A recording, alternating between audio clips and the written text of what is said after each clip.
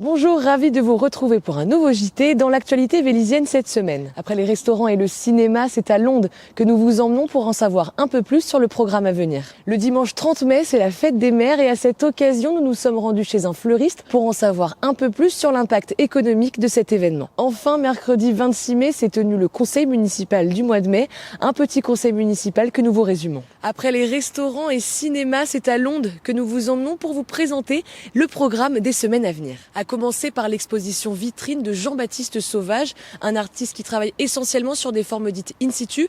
C'est une forme d'art qui dédie l'œuvre à son site d'accueil et qui ne peut donc pas être transportée. Puis vous en saurez un peu plus sur le programme à venir et dans quelles conditions vous serez accueillis pour cette sortie de crise.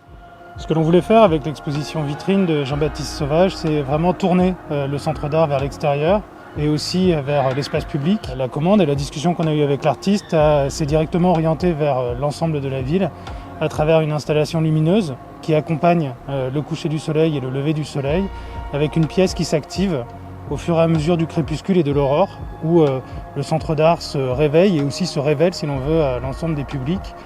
Un écran qui prend la forme à la fois d'un cinéma primitif et d'un hommage, ou aussi d'un clin d'œil aux discothèques qui sont fermées et qui donnent l'occasion aux Vélisiens de venir occuper l'espace du parvis dans une forme de contemplation qui peut être musicale ou parfois silencieuse.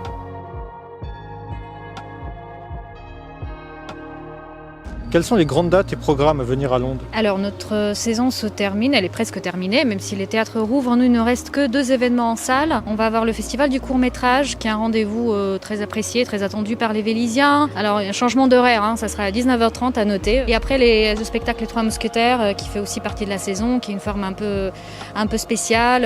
C'est un format de 7h30, on vous emmène ailleurs, vous allez voir, il va y avoir des navettes qui partent de Londe. On avait quand même envie de prolonger un petit peu les retrouvailles. Du coup on est en train d'organiser un événement qui va s'appeler Un été à Londe, avec plusieurs spectacles, du cirque, de la danse, une déambulation sous casque, le 10 juillet prochain, avec un spectacle qui s'appelle Transport exceptionnel. On va voir un danseur avec une pelleteuse.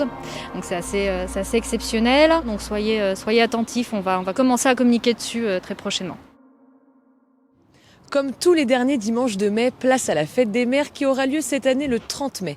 Les Français sont nombreux à se ruer chez leurs commerçants pour trouver le petit cadeau qui fera plaisir à leur maman. Et parmi les grands gagnants, les fleuristes. Mais que représente cet événement pour ces professionnels ? Nous nous sommes rendus chez Céline Barral, fleuriste au Mail, pour en savoir plus.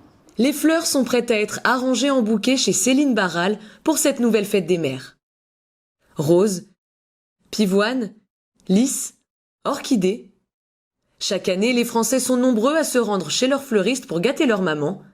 En 2020, près de 56 millions d'euros ont été dépensés pour célébrer ce jour. Chez ce fleuriste du Mail, comme pour beaucoup de leurs confrères, c'est une période charnière et indispensable pour assurer la trésorerie des mois à venir. Le chiffre d'affaires généré par la fête des mères permet à ce commerçant de tenir tout l'été. Mais de nombreuses options existent sur Internet et se sont diversifiées avec la crise sanitaire. De grandes comme de petites enseignes permettent la livraison de bouquets à domicile le jour même, avec de nombreuses offres pour y trouver son compte. Comptez de 29 à 75 euros pour un bouquet, sans les frais de port. Mais pour certains, le choix du cadeau varie en fonction des années, mais les fleurs restent un incontournable. Sur le marché, qu'est-ce qui se vend plus selon vous ? Sur le marché, moi je dirais des fleurs. Tout dépend de ce que fait la mère. La mienne elle est plus sportive, elle fait de la boxe. Du coup on peut lui offrir des gants, l'équipement, elle fait aussi de la moto, on peut pareil. On lui a déjà offert un casque, ça varie en fait. En moyenne en France, lors de la fête des mères, les fleuristes réalisent plus de 20% de leur chiffre d'affaires. Un événement crucial pour eux, juste après la Saint-Valentin et les achats quotidiens. Ce mercredi s'est tenu le conseil municipal du mois de mai, un petit conseil municipal avec 11 délibérations à l'ordre du jour. Parmi elles, l'octroi d'une bourse permis citoyen. C'est une bourse qui est accordée aux jeunes jusqu'à 25 ans, une aide financière de 500 € pour financer leur permis. En contrepartie de 35 heures citoyennes, on écoute tout de suite Alexandre Richefort, conseiller délégué à la jeunesse et à la vie étudiante. Alors le permis citoyen, ça fait partie de nos aides multiples, permis citoyen, aide à projet, BAFA citoyen, notre notre dispositif citoyenneté. Et donc ce permis citoyen, ça correspond à une volonté de la ville de Vélizy-Villacoublay de soutenir la mobilité des jeunes et des jeunes actifs. Donc, ce permis citoyen, il se décline sous plusieurs aspects. Il y a l'aide à la conduite accompagnée, l'aide au permis moto, l'aide au permis classique, le permis B, et aussi le permis en ligne maintenant. Une bourse est allouée à un jeune en échange d'heures citoyennes qu'il doit à la ville. Dans le cas classique du permis B, on est sur 500 € en échange de 35 heures. En fonction des opportunités, des cas, on oriente le jeune soit vers notre dispositif, soit par exemple vers celui de la région Île-de-France, pour que le jeune puisse maximiser l'aide qu'il touchera. Puis a été votée l'aide au financement immobilier pour les artisans et commerçants. Le 5 février dernier, le conseil départemental des Yvelines a approuvé une délibération pour aider les professionnels durement touchés par la crise. La commune de Vélizy dispose d'une enveloppe de 140 852 € et compte 19 bénéficiaires. Il a aussi été question du centre de vaccination ouvert à Vélizy le 29 mars dernier. Un centre de vaccination qui a déjà accueilli près de 15 000 personnes et qui vaccine 700 personnes par jour. On écoute tout de suite le maire Pascal Thévenot sur ce sujet. Le centre de vaccination où on vient de signer une convention avec l'ARS qui va dans un premier temps nous financer 50 000 € de nos investissements.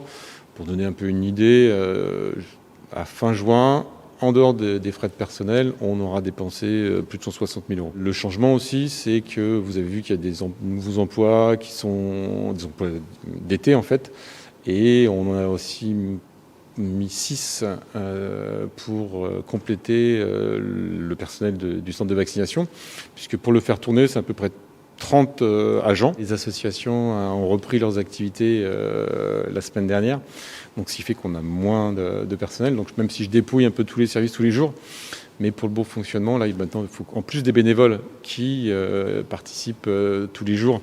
Mais on ne va pas leur demander de faire 7 jours sur 7 toutes les semaines ou 5 jours sur 5 aujourd'hui. Tous ceux qui ne sont pas fait vacciner, venez vous faire vacciner rapidement pour que le centre Ravel puisse retrouver sa destination et puis qu'on soit tous protégés. Un conseil municipal qui s'est terminé quelques minutes avant le début du couvre-feu. Prochain conseil municipal le 23 juin.